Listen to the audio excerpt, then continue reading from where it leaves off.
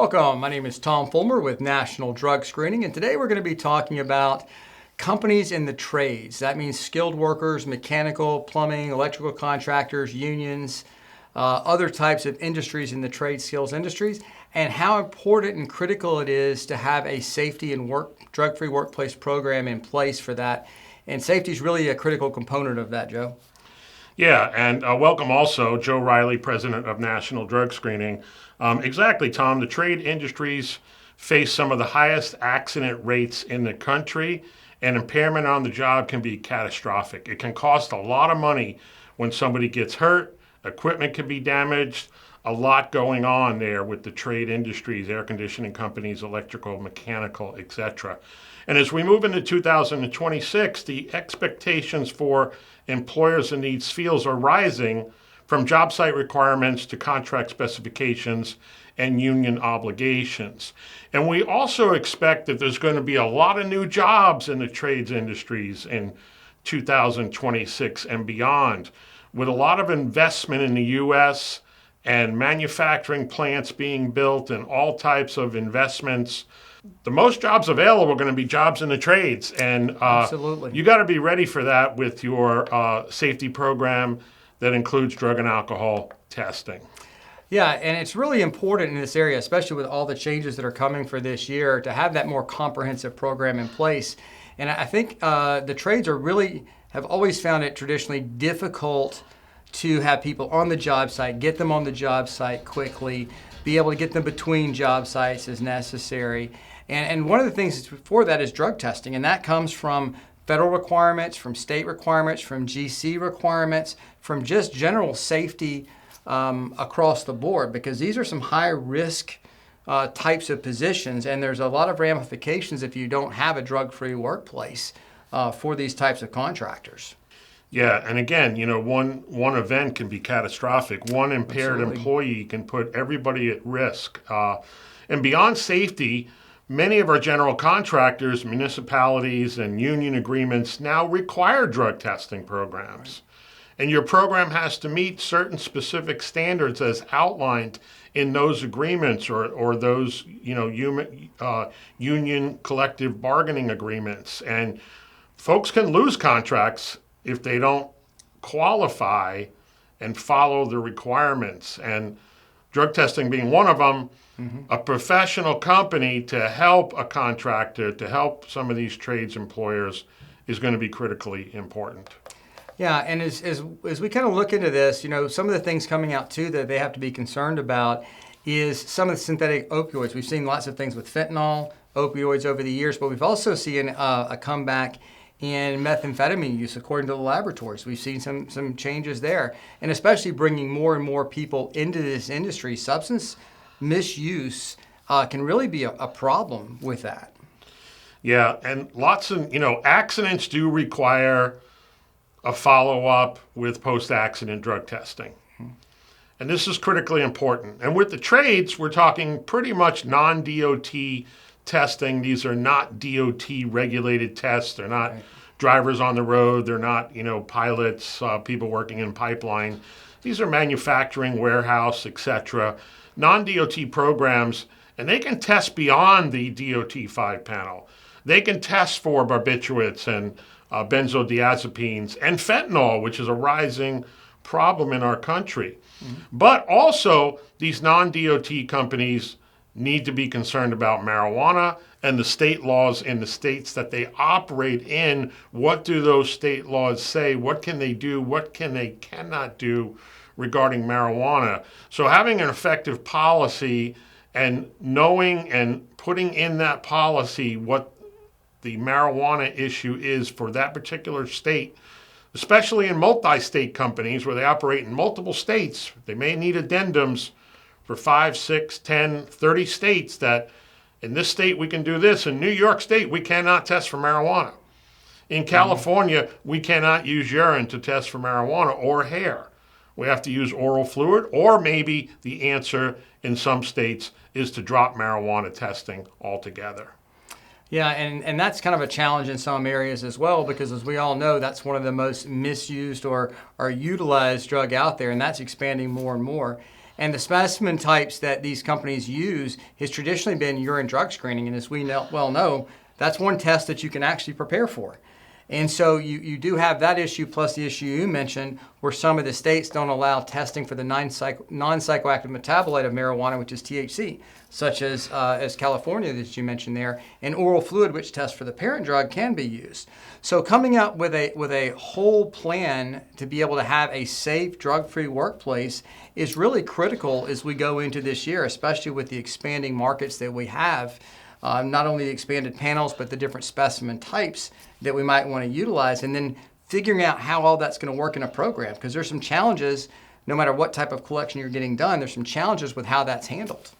Absolutely, and particularly for the trade employers, a strong program really needs to start with multiple specimen types. You may be doing oral fluid testing to find recent use of the drug, particularly with marijuana. You may be using urine for standard screens, pre-employment screens, random screens, and perhaps even using hair where you can get a longer look-back period. You're looking for a lifestyle pattern for somebody, and hair testing can go back up to 90 days. So there's definitely, we're going to start seeing what we call multiple specimen type programs with urine, oral fluid, and hair. Yeah, and it's also not only just the multiple specimen types, which goes into a strong program, but it's kind of beyond what some of the previous mindset was that a pre-employment test is good enough. Because we all know that, especially if they prepare for it and it's a urine drug screen and there's nothing ongoing, there's no disincentive for someone to continue to use drugs or even start using drugs. And so having a random testing program is an important part of that. That's that ongoing deterrent factor, especially in these high-risk type of positions. Yeah, we talk about that in a little bit more depth in another video. But besides the random, the post-accident process must be rock solid. Okay, there must be documented procedures. What happened? Who saw what happened? Do we have documentation from multiple people? Medical attention is always the first priority, but do we have fast access to drug and alcohol testing? And is it consistent? And those type of things can make or break an insurance claim. Yeah, absolutely right. And, biggest challenge that a lot of these companies that we talk to have is access to collection sites and not having a nationwide network, especially if they're in multiple areas, multiple cities, multiple states. And we've also seen that not only the lab collection sites, but we've seen a lot of employers start moving toward a self-collect type situation so they can get people on the job site much more quickly and actually eliminate questions about post-accident testing or reasonable suspicion concerns in a much more timely manner. And still, if they have a non-negative result, meaning the instant test shows a positive potential result, have a way to get that to the lab and a medical review officer and go through all of those requirements to make sure you have a rock-solid legal program in place for your drug testing. Yeah, particularly with the growth of oral fluid testing and an easy collection, and companies can train somebody to collect oral fluid, and they can either collect it to send it out to the lab for testing, or they can collect it to do an instant test where if it's negative, put the person back to work and you're good to go. Now, another big issue that we didn't touch base on, particularly with regard to folks that might be using drugs or alcohol while working, is supervisor training. Training supervisors on recognizing signs and symptoms of how to identify someone who might be impaired or intoxicated. What documentation do they need? How do they fill out that documentation? How to handle the situation appropriately and legally?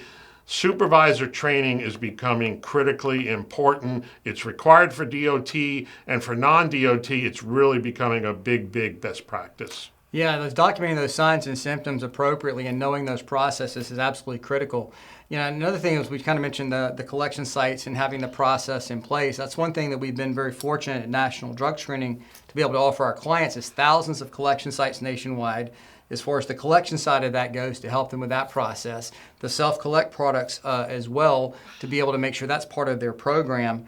But then the on-demand training programs where they can go get that training wherever they need to. We have some systems in place to make sure they can keep up to date on that. And the big thing with supervisor training, sometimes they think it's one person can get trained and that's it. It really needs to be every supervisor that may be making that determination, because as we well know, we have a litigious society these days. If something ever happens and an adverse action is taken, then they're going to ask that person, how were you qualified? How were you trained to make that determination? And having a system where you can go get your supervisors trained, they can get it done at their own pace. We have an on-demand system for that. And for you as the employer to be able to track those certificates and say, hey, were they trained, were they not, and how recently? Because recurrent training is also a really key part of the supervisor training program. Yeah, and we actually also have had some larger companies recently ask us to develop and give them a custom training, particularly for their operation, reasonable suspicion situations and examples. And that's something that we can do, is offer a custom reasonable suspicion training program. Now, here at National Drug Screening, we offer full program development, policies, training, drug testing, random drug testing for the trades employers. We specialize in that. We can help with union compliance. And our team handles the complicated pieces so that the employer can stay focused on their job. Yeah, and if you're in these trades, skills areas, electrical, HVAC, mechanical, any of these different types of trade areas, going into 2026, you need to be able to set that expectation that you're going to have that type of workplace, work to attract those types of employees that are going to represent your company, that are going to do good work, that's going to limit your liability that's out there. And it's more important than ever that we look at that. And as Joe mentioned, that comprehensive program, and if you're not sure that if you have kind of all those aspects covered, reach out to us. We've got a lot of, especially larger multi-state companies that have reached out and been able to consolidate their program into a very sustainable program. They had different units doing a lot of different things, and be able to bring that together to have a national drug-free workplace program that actually made a lot of sense for them. Yeah, a lot of companies are going to grow in 2026. There's going to be a lot Absolutely. more employees to hire and manage. So reach out to National Drug Screening for a trades program audit. We can look at the program you have. We can make suggestions for improvement. We can make sure your policy, procedures, and testing strategies meet your goals for safety, compliance, and any contract or union requirements that you currently have or that are coming your way. Yeah, and we've worked not only with the trade industries, but also with many unions. We have some very large unions we've worked with to try to bring those pieces together. And we found them very amenable to working together once there's an actual program that makes sense for everybody involved. So thanks for joining us, Joe. Thanks for joining us as well. We look forward to seeing you on our next videos, and make sure you stay safe out there. Yeah, thanks for listening. Check out all of our videos. You can go to our website for more information, and to contact myself, contact Tom Fulmer.